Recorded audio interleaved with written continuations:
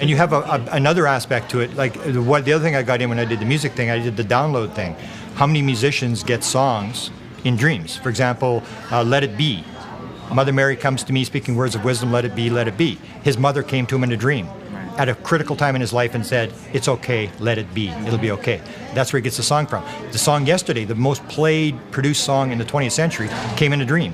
And so I look at that kind of thing. So it's this idea that you're in a conscious environment where your left brain is running things, it's keeping you in the physical world, and then during a dream or something, you pop into this other world and you bring back stuff. So all musicians are right brain creative people, whereas the scientific people are left brain creative people. They don't have these inspirations, but musicians are on the edge, and a lot of musicians did psychedelic drugs, and that shuts down the left hemisphere, pops you into that sort of alternate non-local world, and they bring this stuff back. So I do all the songs that came in dreams, and I do all the songs that came in 5 minutes. I have a couple 150 songs. What's that Guess Who song that they wrote? They have no recollection. Well, the Guess Who song, that's from Winnipeg.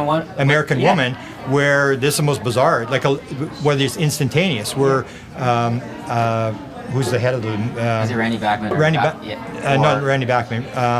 Burton Cummings. Burton Cummings. So Burton Cummings is telling the story, and I looked at Burton Cummings because that's the most famous band ever to come out of Winnipeg. So I say, I wonder if Burton Cummings was abducted. So I go, alien abduction, Burton Cummings, and boop, pops his Facebook page, and he's saying, you know, I'm 64 years old, and he's writing in caps. He's yelling. He's writing in caps. I'll do whatever I want. They're treating that Whitley Strieber.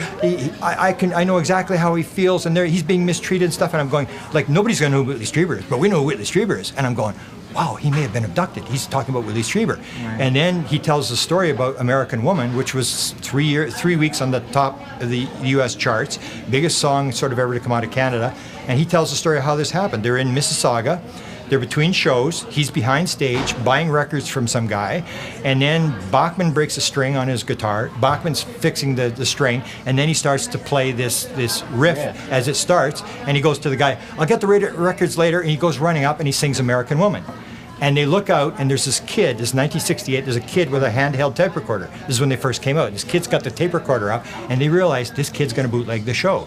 So they give a message to the manager to get the tape off that kid. So they get the tape off the kid, and then after the show, they're listening to the show, and the first song in the second set is American Woman. And they all look at each other and going, where'd that come from?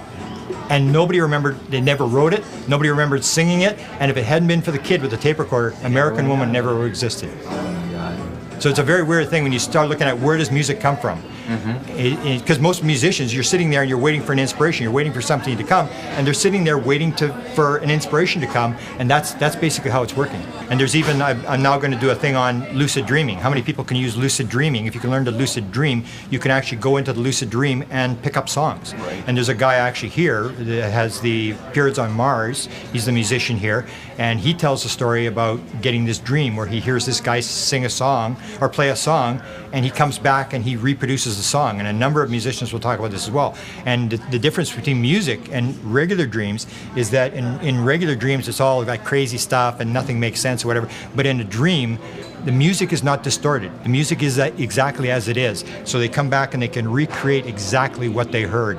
And you get to near-death experiences. You hear people, the famous Eben Alexander case, the guy from Harvard who has this near-death experience, he hears the music, and it's the music that pulls him out.